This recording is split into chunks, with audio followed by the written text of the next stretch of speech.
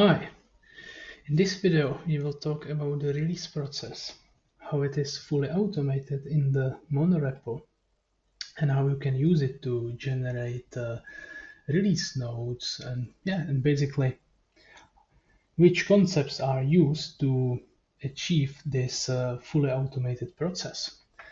I need to do a release of a new CLI interface for mrepo. Then let's do it together. Normally I'm releasing from the main branch only, but for this demo I just will do it right now in this feature branch, which contains a couple of changes where I will simulate everything.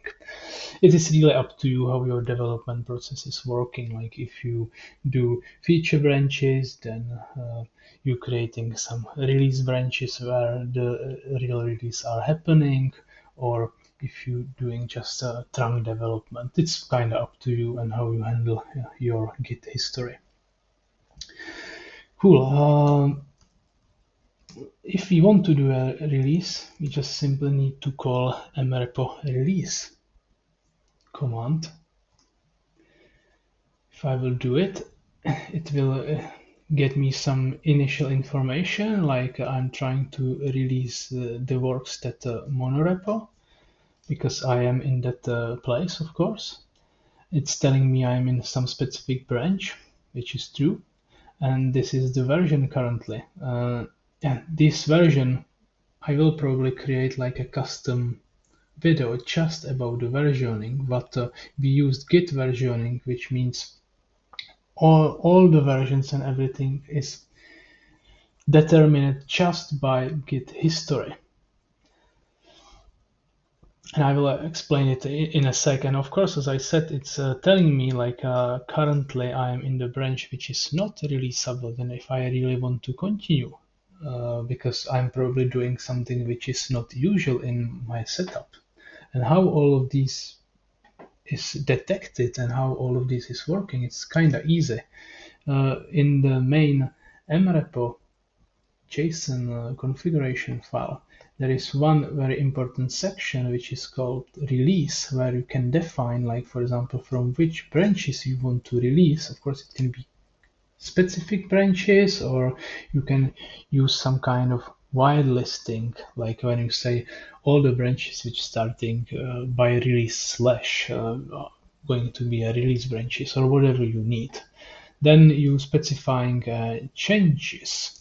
This change log is basically for automatically detecting what's supposed to be a new version and how it will be served in the release notes. And for this, I'm using conventional commits. That's basically like an open source standard how to create much nicer Git messages and how to add into that Git message some extra information, like for example, what is the feature, what is just simple fix, or if you're doing some changes in tests, or if you're just doing some documentation, it can be whatever.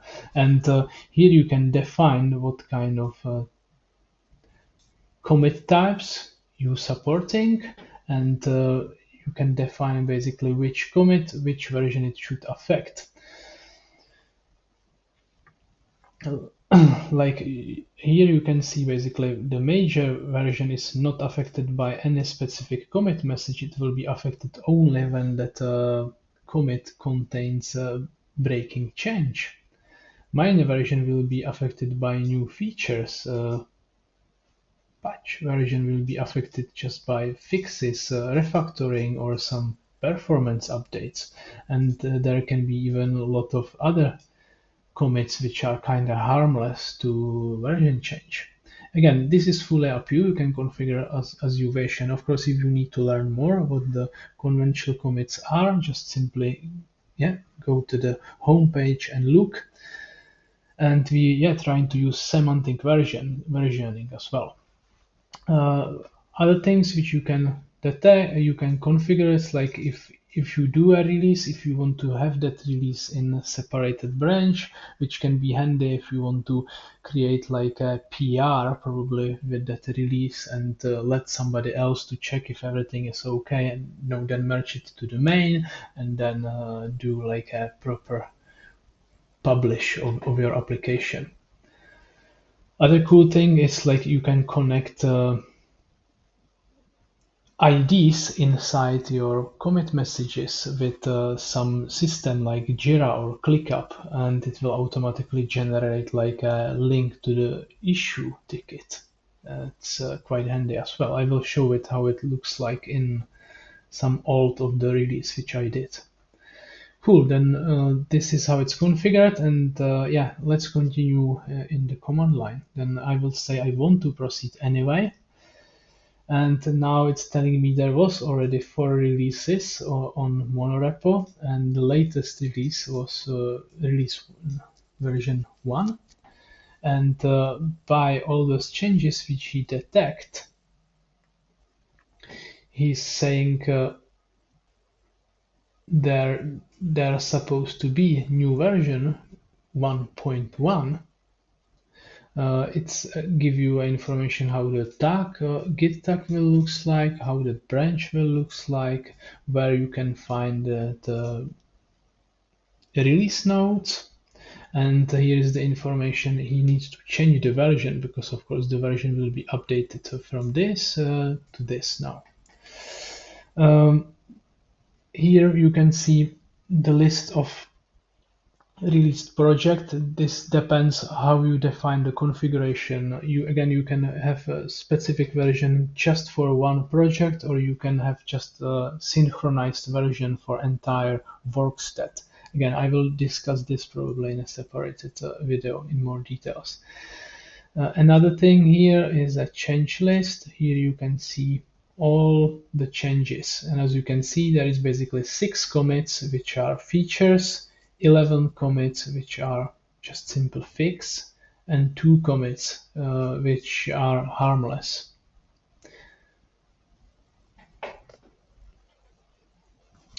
What you can do? You can of course say, okay, I want to release it, or if you want to do some manual changes to that version, you for example don't like what he calculated and you want to do something else for some specific reasons, you can still do it, or you can show the release note. This will just give you a preview how the release note will looks like, and this is it.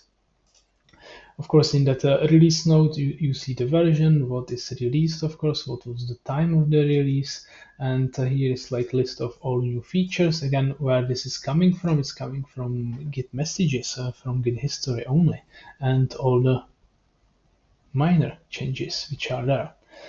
If there would be some commits which didn't follow conventional commits guidelines, then you will be able to there will be a new option where you can see like danger commits, commits which you don't understand, and you have to manually somehow update the version if needed. But if you are happy with that and click release it, then he is asking, should I then automatically prepare that commit and new branch? Then let's say, yeah, I want it.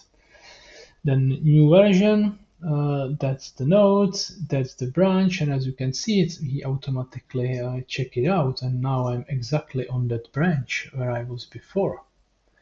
If I go to Visual Studio, let's say, and now see all the commit history, then you can see this is that previous branch where I was working on before, that feature branch, and now on top we just add one single commit. Again, this commit is type of release, because that's the idea in our monorepo.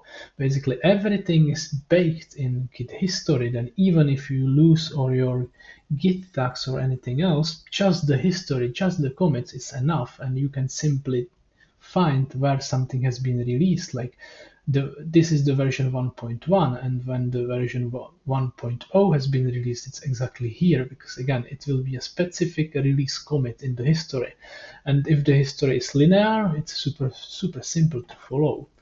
And let's look what is inside that commit. And as he said, he needs to change the version file. Then there is change in the version file, obviously. and the release notes. And this is the release notes, and the release notes are placed in, of course, documentation section of the monorepo in a specific workstat, and under that it's a folder release notes, and there are all the release notes which has been released in the history. Yeah, that's how it is done. For example, if I look in my previous releases, this is the tooling, and if I look into that package version 1.0, then here you can see it's exactly a specific workstat in my monorepo, and this is exactly the commit which has been used for release, which is 411 ed. Then if I go to the git history, I'm on monorepo, then here is the release, and this is exactly the same release. Then I know, it was released exactly from this one. And then, for example, if you want to see the history of release nodes, then everything is here in the documentation folder in the monorepo, release nodes. And here are all the history which I did. And of course, now I will add a new one, which will be in a 1.1.0. That's how the release is working in the monorepo. Thank you for listening, and looking forward to see you in the next video. Bye.